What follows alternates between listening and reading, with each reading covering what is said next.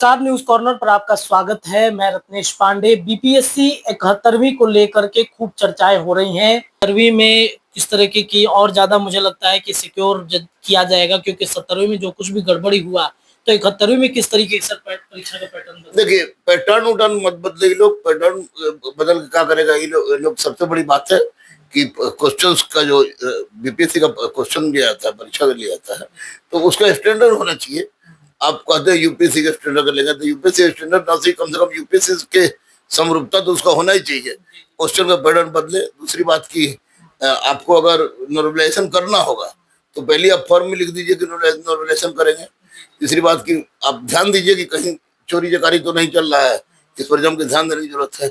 और स्वाभाविक है कि बीपीएससी 70वीं ने जिस तरह का माहौल क्रिएट किया है, सबके मन में एक ये कभी ना भूलने वाला एक सीन है। तो मनु भाई परमार से और सत्यप्रकाश शर्मा से हम लोग अपील करते हैं कि इसको परीक्षा को शांतिपूर्वक बढ़िया ढंग से संचालित करवा दीजिए, ताकि आपका भी नाम खराब बहुत हो गया है, अब ज्यादा खराब नहीं हो और हम लोग भी चैन से बच्चों को पढ़ा सके और गरीब बच्चों की नौकरी हो सके। सर, पेपर क्या टफ आएगा? क्योंकि 70वीं में जो कुछ भी टफ हल्का की बात हमने यही तो फरमार साहब जानते हैं। क्वेश्चन टफ है या हल्का है? आप एनसीईआरटी पैटर्न बोलते हैं, यूपीएससी पैटर्न की बात करते हैं, तो उसी आधार पर दीजिए।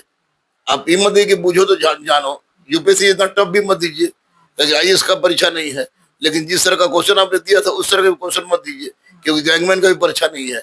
तो इसमें आप निश्चित रूप से एनसीईआरटी को आधार बना के परीक्षा लीजिए, बच्चों के लिए अच्छा रहेगा। तैयारी किस तरीके से छात्रों को करना होगा, क्योंकि पिछली बार जो कुछ भी हुआ, अब तो उत्सुकता और ज्यादा छात्रों के मन में। कुछ नहीं, एनसीईआरटी बेस्ड पढ़ाई इनको जम के करनी होगी।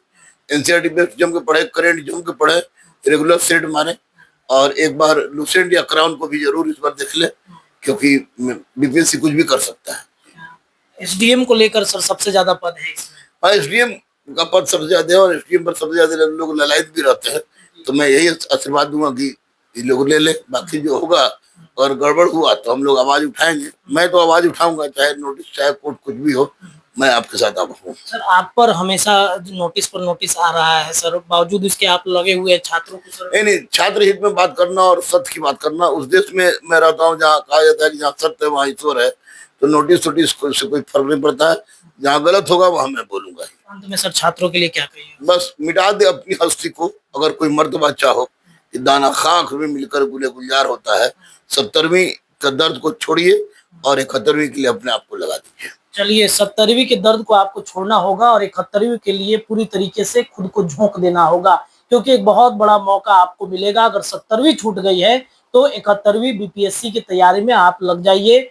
आप हमेशा सर के गाइड ले सकते हैं, लगातार सर क्लासेस भी देते हैं। और सर ने कहा है कि इस बार मुझे उम्मीद है कि आयोग पूरी तरीके से बढ़िया से परीक्षा कंडक्ट कराएगा। मनु भाई परमार जो अध्यक्ष है, बीपीएससी के चेयरमैन हैं, उनसे भी सर ने बहुत सारी उम्मीदें जो हैं वो जताई हैं। फिलहाल इस रिपोर्ट में इतना ही। न्यूज कॉर्नर के तमाम खबरें आपको लगातार मिलते रहेंगी।